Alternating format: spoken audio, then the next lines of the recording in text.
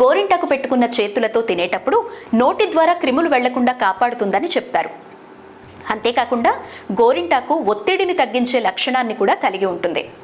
ఆడవాళ్లు గోరింటాకును పెట్టుకోవడం వల్ల గోళ్లు అందంగా ఆరోగ్యంగా మారతాయి.